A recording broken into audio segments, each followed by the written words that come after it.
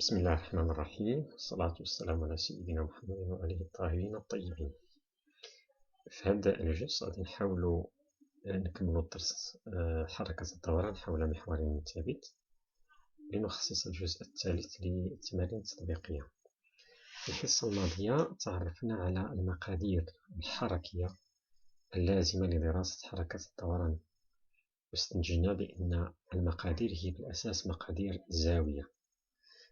Les grandeurs cinématiques nécessaires à l'étude de mouvements de rotation d'un solide sont nécessairement des grandeurs angulaires. On a insisté sur l'abscisse angulaire θ, la vitesse angulaire ω et l'accélération angulaire θ2 point. إذا في هذا الجزء هذا غنشوفوا أيضا واحد المقدار مهم لدراسة حركة الدوران حول محور ثابت، وهو ما يسمى عزم القصور لجسم صلب.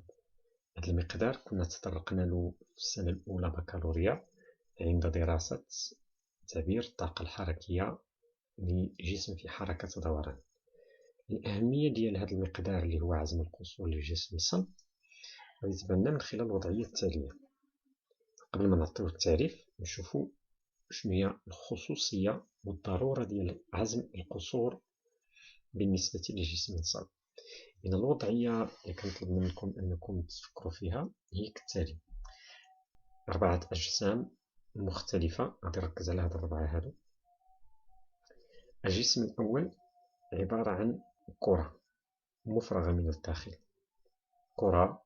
الجسم الثاني هو عبارة عن كرة ممتلئة، une boule et une sphère. الجسم الثالث عبارة عن أسطوانة أو حلقة مفرغة من الداخل، والجسم الرابع هو أسطوانة ممتلئة.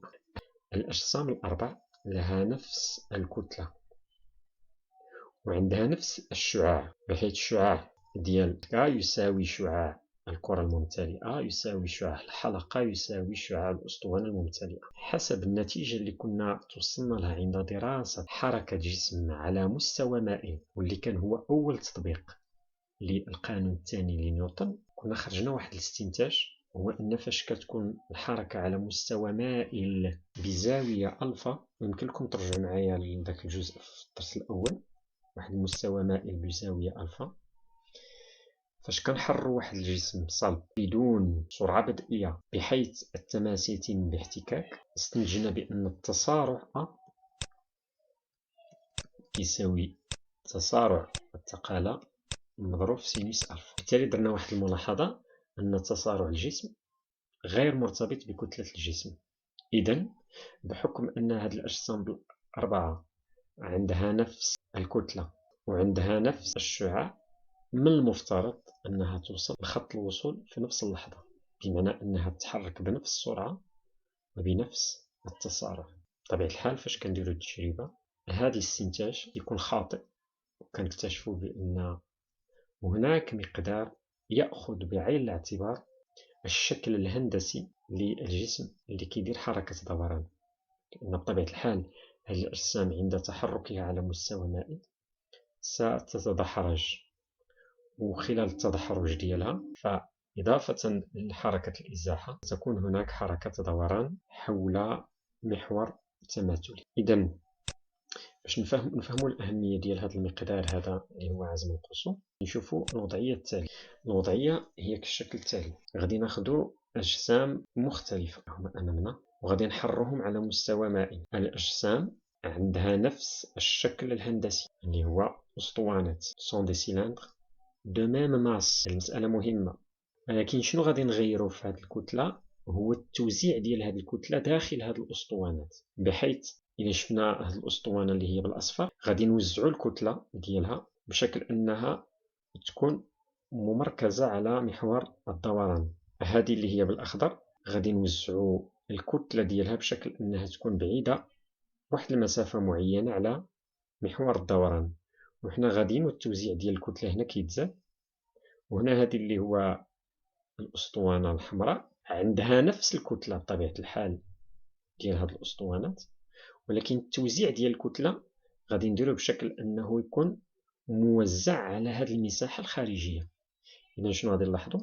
أن الكتلة تتوزع بشكل متباعد على محور الدوران كلما انتقلنا من هاد الأسطوانة الصفراء حتى الأسطوانة الحمراء.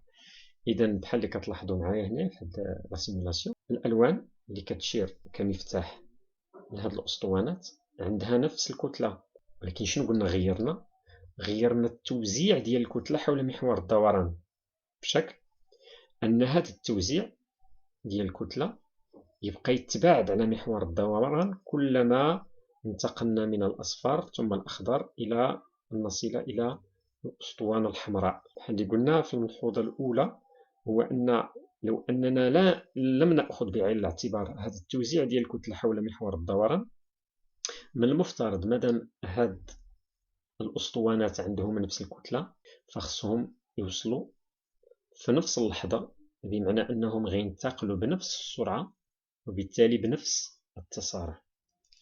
بقيت اللي كنديروا التجربة كنلاحظوا بأن التوزيع ديال الكتلة حول محور الدوران يؤثر على تسارع حركة الدوران حول محور التماثل للأسطوانة، بحيث أن الأسطوانة اللي بالأصفر كيكون عندها تسارع أكبر لأن التوزيع ديال الكتلة حول محور الدوران اللي هو عزم القصور كيكون أصغر، وبالتالي هاد عزم القصور كيعطينا التوزيع الهندسي للكتلة حول محور الدوران وعنده علاقة بمقاومة الجسم لحركة الدوران،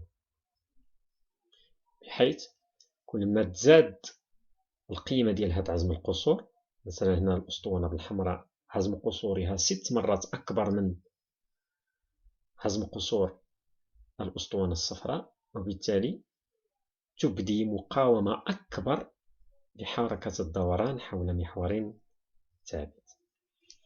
إذن هاد التجارب كتسمح لنا أننا نعرفوا الأهمية ديال هذا المقدار بالنسبة للأجسام في حركة الدوران. المقدار هو عزم قصور الجسم الصلب. إذن ناخذ الآن التعريف النهائي لعزم قصور جسم صلب بالنسبة لمحور الدوران. عزم القصور لجسم صلب مقدار فيزيائي يميز مدى مقاومة الجسم لحركة الدوران، والشيء اللي بان في هذه المحاكاة السابقة، ويتعلق بكتلته وشكله الهندسي، أي كيفية توزيع المادة حول محور الدوران، ويعرف بالعلاقة. إذا باش نحسبوا عزم قصور جسم الصلب غادي نديرو مجموع ديال الكتل المكونة للجسم الصلب مضروبة في مربع المسافة ما بين الكتلة ومحور الدوران. هذا التعريف هذا احنا ما غاديش نستعملوه كتعريف لحساب عزم قصور الجسم الصلب، لأن الأجسام الصلبة اللي عندنا في المقرر هي أجسام صلبة اللي عندها شكل هندسي اعتيادي، غالبا سنصادف إما الأسطوانة أو قرص أو عارضة.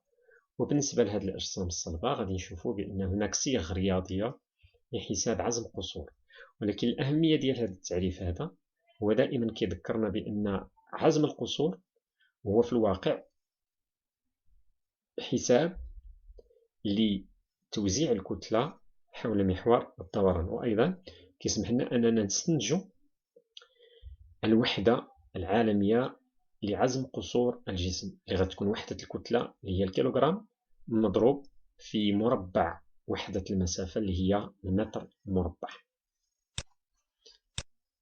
وحدته في النظام العالمي هي الكيلوغرام متر مربع. الشريحة هذه في الفقرة 2 pour les gens de Bioff ils vont écrire le deuxième paragraphe, le moment d'inertie. Sa définition, c'est le moment d'inertie est une grandeur physique qui caractérise la géométrie des masses d'un solide, c'est-à-dire la répartition de la matière en sens n. Il quantifie également la résistance à une mise en rotation de ce solide, ou plus généralement à une accélération angulaire. L'expression mathématique de le moment d'inertie, c'est la somme des masses constituant le solide que multiplie le carré de la distance entre ces masses et l'axe de rotation, et l'unité était indiquée précédemment, c'est le kilogramme mètre au carré. On a des formes, des corps solides, et l'expression du moment correspondant. Ce qui nous intéresse, c'est ces 4 exemples. Le moment d'inertie du cylindre, c'est 1 demi mr carré. Le moment d'inertie de l'anneau, il y a le cylindre creux, c'est mr au carré. Le moment d'inertie de la sphère, c'est 2 tiers mr au carré. Et le moment d'inertie d'une boule plein, totalement plein, c'est 2 sur 5 mr au carré.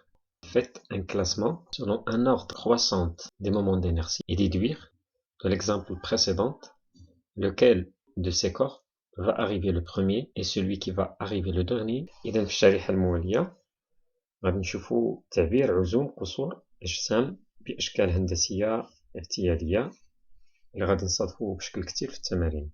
إذا عندنا القرص، الحلقة والأسطوانة والكرة والساق. أساسا حنا في التمارين اللي غادي نصادفو بشكل كتير هما القرص. إذا التعبير ديال القرص بحال اللي شفنا في الشريحة اللي قبل، والتعبير ديال الحلقة، التعبير ديال الأسطوانة. لاحظوا معايا أن الأسطوانة والقرص عندهم نفس التعبير. وعندنا التعبير ديال الكرة مفرغة، وعندنا تعبير الساق. وفي التعبير ديال الساق لاحظوا معايا أن في الحالة الأولى محور الدوران كاين في المنتصف ديال الساق، وفي الحالة الثانية محور الدوران كاين في أحد أطراف الساق. وبالتالي كنلاحظوا بأن عزم القصور في الحالة الثانية أكبر من عزم القصور في الحالة الأولى. نشوفوا الجواب على هذاك التساؤل اللي طرحنا النوبة الأولانية. بحال اللي كتبين التجربة أن كلما ازداد عزم قصور الجسم تزداد مقاومته لحركة الدوران. وكنسجلوا أن الحلقة بحكم أن عندها أكبر عزم قصور فتسارعها يكون متباطئا بالمقارنة مع تسارع الكرة الممتلئة البول. دونك الدرس ديالنا غادي نختموه بالفقرة الأخيرة اللي غادي نشوفو فيه العلاقة الأساسية للتحريك في حالة الدوران، بمعنى كيفاش غادي تكتب القانون الثاني لنيوتن في حالة حركة دوران جسم حول محور ثابت. النص ديال العلاقة هو كالتالي: في معلم غاليلي يساوي المجموع الجبري لعزوم القوى المطبقة على جسم صلب في دوران حول محور ثابت دلتا في كل لحظة جزاء عزم القصور والتسارع الزاوي للجسم عند لحظة معينة. النص الكامل للعلاقة كتقابل واحد العلاقة رياضية بسيطة، هي أن مجموع عزوم القوى الخارجية المطبقة تساوي عزم قصور الجسم مضروبة في التسارع الزاوي. يمكننا نسجلو هنا واحد المماثلة ما بين العلاقة الأساسية للديناميك والعلاقة الأساسية لديناميك الدوران، حيث أن مجموع القوى الخارجية يقابله مجموع العزوم في مقابل الكتلة، وهناك توزيع الكتلة حول محور الدوران واللي كنعبروا عليه بعزم القصور جي دلتا. وفي مقابل التسارع الخطي هناك التسارع الزاوي تيتا دو بوان. الوحدات ديال هذه العلاقة بالنسبة للتسارع الزاوي هو الراديان في كل ثانية مربعة. بالنسبة لعزم القصور هو الكيلوغرام في المتر مربع. وعزم القوى الخارجية هو نيوتن متر. إذن تاخدو معايا الشريحة الأخيرة في الدرس. Pour les gens de Biof, ils vont prendre dernier diapositif, un troisième paragraphe. On va donner les principes fondamentaux de la dynamique de rotation. L'énoncé de la relation fondamentale de la dynamique de rotation la somme des moments qui agissent sur le solide S est égale au moment d'inertie solide multiplié par l'accélération angulaire. Le moment d'inertie, le G delta, et l'accélération angulaire, c'est le θ de point. L'expression mathématique, c'est la somme des moments de force extérieure par rapport à l'axe de rotation est égale le moment d'inertie G delta multiplié par l'accélération angulaire.